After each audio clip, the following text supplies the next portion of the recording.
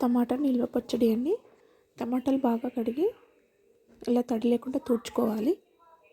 వాటిని చిన్న చిన్న ముక్కలుగా కోసి పెట్టుకోవాలి. తగినంత చింతపండు కూడా తీసుకోవాలి. ముందుగా స్టవ్ వెలిగించి ప్యాన్ పెట్టి అందులో 2 పావుల నూనె పోసుకొని నూనె వేడయ్యాక టమాటాలు వేసుకోవాలి.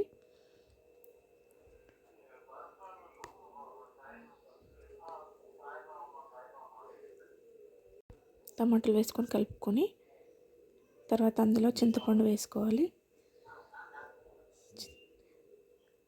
బాగా కలుపుకొని చింతపండు టమాటాలు మంచిగా ఉడకనివ్వాలి.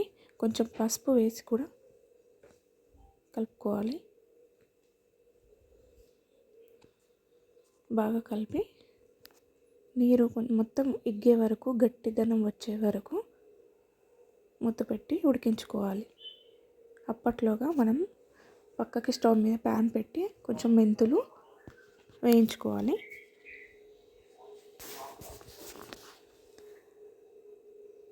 వేడయ్యాక అవి తీసి పక్కన పెట్టుకొని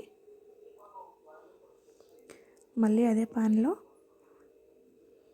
3 టేబుల్ స్పూన్ జీలకర్ర వేసి వేయించుకోవాలి. అది కొంచెం బ్రౌన్ కలర్ వచ్చే వరకు వేగనివ్వాలి. తర్వాత అవి తీసేసి మళ్ళీ 2 స్పూన్ల ఆవాలు వేసి వేడి చేసుకోవాలి. ఆవాలు ఎక్కువ వేడి చేయకూడదండి. కొంచెం వేడి చేసుకొని తీసి పక్కన పెట్టుకొని టమాటా ఎంతవరకు ఉడికిందో చూద్దాం. టమాటాలో నీరు మొత్తం ఇగ్గే వరకు, ఏం లేకుండా ఉండే వరకు ఉడికించుకోవాలి. టమాటా గట్టిగా ఉంటే పాడవకుండా ఉంటుంది.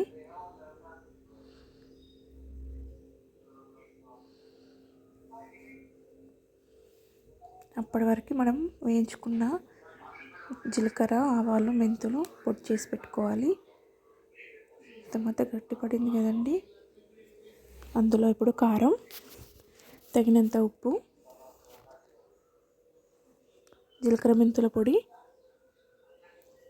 వేసి బాగా కలుపుకోవాలి.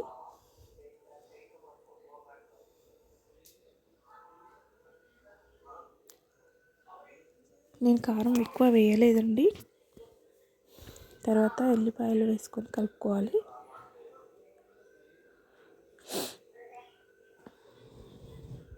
తక్కువ కారం ఉంటే బాగుండదు కదండి, అందుకే కారం ఎక్కువ వేయలేదు.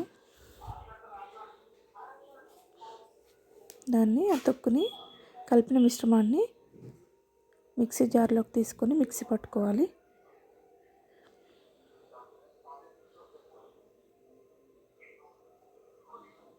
తర్వాత స్టవ్ మీద పాన్ పెట్టి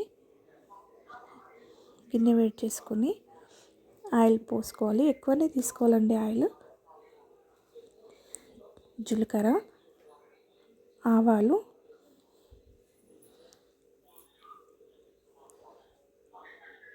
ఎల్లిపాయలు వేసి బాగా గోల్డెన్ కలర్ వచ్చే వరకు వేగనివ్వాలి.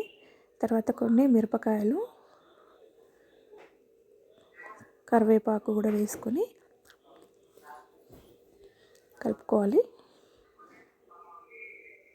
దాంట్లో కొంచెం 1 చెంచా పసుపు వేసి కలుపుకోవాలి.